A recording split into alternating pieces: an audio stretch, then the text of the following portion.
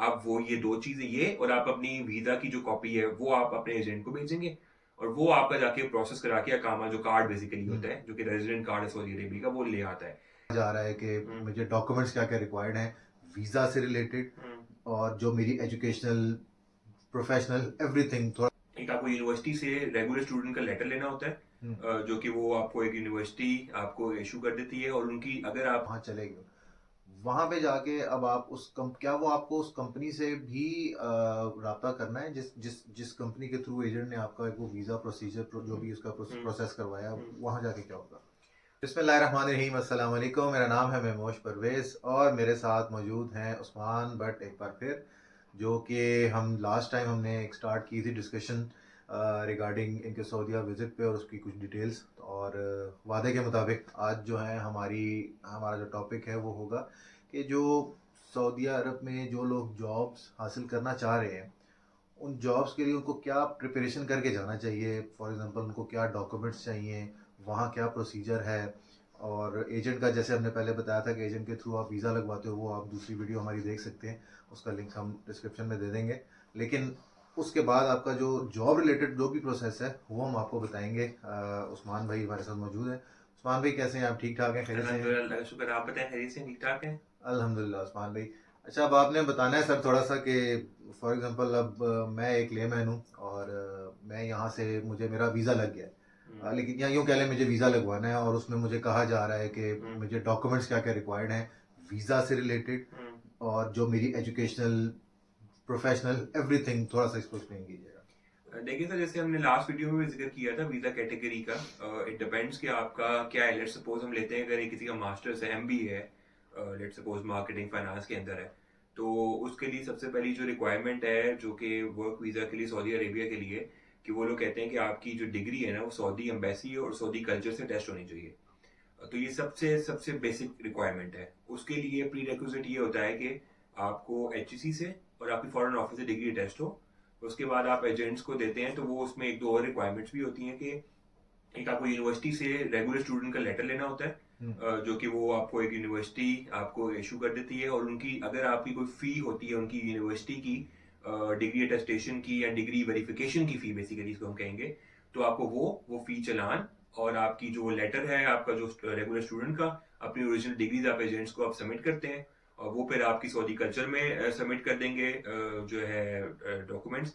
और उसके बाद वो आपकी यूनिवर्सिटी को एक ईमेल करते हैं हम्म, कि आप वेरीफाई करें और आपकी जब एज सुन एज पॉसिबल जो है वो आपको कर देती है यूनिवर्सिटी, आपकी मेल का जवाब दे देती है, तो वो आपकी डिग्री टेस्ट हो जाती है। तो ये बहुत बड़ा प्री रेक्विजिट है और उसके बाद फिर आपका वीजा स्टैम्प का प्रोसेस स्टार्ट हो जाता है। ठीक है। तो अब उसके बाद अगर आपका वीज़ा आ गया एवरीथिंग, इसके बाद कोई रिक्वायरमेंट नहीं है मौजूद, ठीक है आपके मुताबिक। अब उसके बाद आपका वीज़ा आ गया, अब आप वहाँ चले गए। वहाँ पे जाके अब आप क्या वो आपको उस कंपनी से भी राब्ता करना है जिस जिस जिस कंपनी के थ्रू एजेंट ने आपका एक वो वीज़ा प्रोसीजर जो भी उसका हम्म, प्रोसेस करवाया हम्म। वहाँ जाके क्या होगा। बेसिकली जब वीजा आपका निकलता है ना तो वहां पे वो जो कंपनी है वो अपने लेटर हेड पैड पे कॉन्ट्रैक्ट बनता है। ठीक है कि ये हमारी टर्म्स एंड कंडीशन है, एक आपकी बेसिक सैलरी भी उसमें शो की होती है और वो सारा कुछ शो करके वो लेटर आता है। वहां से वो एक दो और लेटर्स उसकी कंपनी के लेटर हेड पे आते हैं कल्चर के नाम पे कि इसकी डिग्री टेस्ट कर दी जाए। ये सारा कुछ आता है और वहां से वीजा आ जाता है। और ठीक है। यहाँ का जो एजेंट होता है जिसके एजेंट के नाम पे वो उसका वकाला उसको कहते हैं, क्योंकि पेपर एक निकलता है कि वो एजेंट ही यहाँ पे आपका वीजा स्टैम्प करवा सकता है। तो जब यहाँ पे डिग्री का आपका सारा प्रोसेस हो गया, आपने एजेंट को सारा कुछ डॉक्यूमेंट जमा करवा दिए, उन्होंने एम्बेसी में भी जमा करवा दिया और आपका वीजा स्टैम्प हो गया। आजकल तो ई वीजा आपको एक पेपर मिल जाता है बेसिकली। हम्म, वो जब सब कुछ हो गया तो आप ट्रेवल कर सकते हैं विद इन 90 डेज। ठीक है। जब आप वहाँ ट्रेवल कर जाएंगे तो जो आपके क्वेश्चन था कि वहां पे जाके रिक्वायरमेंट्स, तो बेसिकली वहां जाके आपने जाके डायरेक्ट उस कंपनी से या उस कफील से कोई रब्ता नहीं करना। जो आपका एजेंट होगा, हम्म, अगर आप यहाँ से हैं तो वो आपको एजेंट बताएगा, या वहां से ओके। आपने हायर किया हुआ है तो आपने उस एजेंट से रब्ता करना है कि ठीक मैं है। यहाँ पे लैंड कर गया हूँ ठीक है। और आप मेरा जो है ना प्रोसेस करके कामा प्रोसेस करवा दें और आपकी जो भी पेमेंट वगैरह होगी आप क्लियरेंस करके तो वो आपका वहां पे सारा कुछ प्रोसेस करवा देगा। ठीक है, तो ये अकामा प्रोसेस करवाएगा और वो उसमें मजीद कितना टाइम है, और आपको क्या वो अकामा जो कार्ड आई थिंक मिलता है जो भी है वो एग्जैक्टली क्या एग्जैक्टली। कितना कितना टाइम ड्यूरेशन होता है? देखिए बेसिकली वहां पे जाने के लिए एक तो आपकी जो वो स्टैंप लगती है हम्म, पासपोर्ट के ऊपर, एंट्री स्टैंप हो गई हम्म, आपकी, और एक आपको बॉर्डर नंबर इशू होता है। कई दफा वो पासपोर्ट पे लिख देते हैं वहां ठीक पे, है। इमिग्रेशन वाले नहीं हो तो आप आपका सिंपल जो आपकी वो जो आप अपना वीजा नंबर या पासपोर्ट नंबर डायरेक्टली उनकी वेबसाइट होती है वहां पे डाल के बॉर्डर नंबर इजीली निकल आता है आपका। हम्म, आप वो ये दो चीजें, ये और आप अपनी वीजा की जो कॉपी है वो आप अपने एजेंट को भेजेंगे, और वो आपका जाके प्रोसेस करा के अकामा जो कार्ड बेसिकली होता हम्म, है जो कि रेजिडेंट कार्ड है सऊदी अरेबिया का, वो ले आता है। इट वेरीज जो है ना, तकरीबन हफ्ते से 2 हफ्ते का टाइम तकरीबन लग जाता है, और ठीक है। तब तक वो आपका सारा प्रोसेस करके आपको कार्ड इशू हो जाता है वहाँ पे। ठीक है।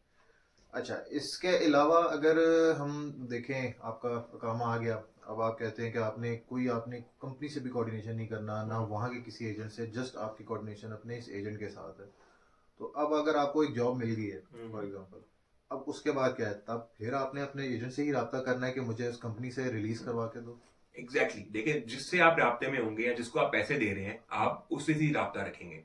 ठीक आप है। अगर हो जाता है आपकी कंपनी, तो आपकी कंपनी बेसिकली एक ऑनलाइन कीवा पोर्टल होता है, ठीक है। वहां पे वो आपको एक कॉन्ट्रैक्ट भेजेगी, आप उसको एक्सेप्ट करेंगे, हम्म, और आपकी वो कंपनी को एक रिक्वेस्ट भेजेगी, जो भी आपकी जिस कंपनी पे आप हैं बेसिकली, जिस वीजे के हम्म, ऊपर आप हैं, जिसके कामे पे आप हैं, तो आप वो उसको रिक्वेस्ट भेजेगी, वो वहां से उसको रिलीज कर देगी, तो आप नई कंपनी पे ट्रांसफर हो जाएंगे। लेकिन डेफिनेटली आपको ये अपने एजेंट को बताना पड़ेगा ठीक है। कि यार मेरा ये प्रोसेस हो गया है, तो मैं ये इस रिक्वेस्ट आ रही है तो उसको आप एक्सेप्ट कर लें।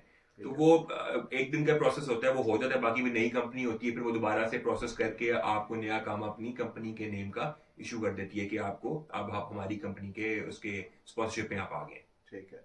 अच्छा, इसके अलावा अगर अगर मेरे ख्याल में काफ़ी आपने डिटेल में बता तो दिया, लेकिन अगर कोई आप मज़ीद कोई इसमें एडिशन करना चाहें वो कर दीजिए। दूसरा, तमाम देखने वालों से भी है कि अगर मज़ीद इससे हवाले से सवालात हो तो हमें कमेंट करके ज़रूर बताएं, ताकि हम इसको मज़ीद एक्सटेंड करके आपको डिटेल्स दे सकें, और अगर आपके पास कोई मज़ीद डिटेल आप बता सकते हैं, अदरवाइज़ हमें खाली इसको यहीं पर वाइंड अप कर सकते हैं। नहीं एग्जैक्टली exactly, इसमें सिंपल सी बात ही है, मैं सिर्फ एंड पे यही बात कहना चाहूंगा, जो लोग भी ख्वाहिशमंद है बाहर जाने के लिए, जो खासतौर पर सऊदी अरेबिया के लिए, तो सबसे पहले वीजा लेते हुए तसल्ली अपनी करें, सारी डिटेल्स शुरू में ही तय करें अपने एजेंट्स के साथ, ताकि आपको वहां जाके कोई प्रॉब्लम ना आए। ठीक आई है। मीन वहां पे वीजा कन्वर्जन से लेके वीजा एक्सटेंशन, आपके कामा आईडी कार्ड की मतलब आई मीन जो आपकी वहां पे हार्ड इशू होने हैं, वो ईच एंड एवरीथिंग आपको पहले से पता होनी चाहिए, और आपके एजेंट को भी क्लियर होनी चाहिए, हम्म, ताकि बाद में जाके आप किसी पॉइंट पे फंस ना जाए, हम्म, या उस टाइम जाके आपका एजेंट आपसे कोई एक्स्ट्रा पैसे डिमांड ना कर रहा हो, या कोई ऐसा चीज ना करो। इसलिए क्लैरिटी करके ठीक है। उसके बाद आप अपना सारा प्रोसेस करें, ताकि आप लोग हैसल से बच जाए, और आपके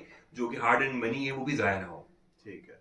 चलें, thank you so much Usman भाई, आपने काफ़ी डिटेल्स मेरे ख्याल में बताई हैं। मज़ीद जो है तमाम, मैं वही फिर से कहूँगा देखने वालों को, अगर कोई आपके क्वेश्चंस होते हैं तो हमें ज़रूर बताएं, ताकि इस इनके एक्सपीरियंस से रिलेटेड, इनसे इनसे एक्सपीरियंस से जो भी हम चीज़ हासिल कर सकते हैं, कोई हमारे क्वेश्चंस क्लियर हो सकते हैं, तो कोई कोई भी जाने वाला होगा, हो सकता है क्वेश्चन किसी और का हो, लेकिन किसी और की भी हेल्प हो जाए इससे, तो ज़रूर हमें बताएं कमेंट करके। और देखने वालों का एक बार फिर शुक्रिया, चैनल को सब्सक्राइब करें, वीडियो को लाइक ज़रूर करें, और अपना ख्याल रखें। Thank you so much.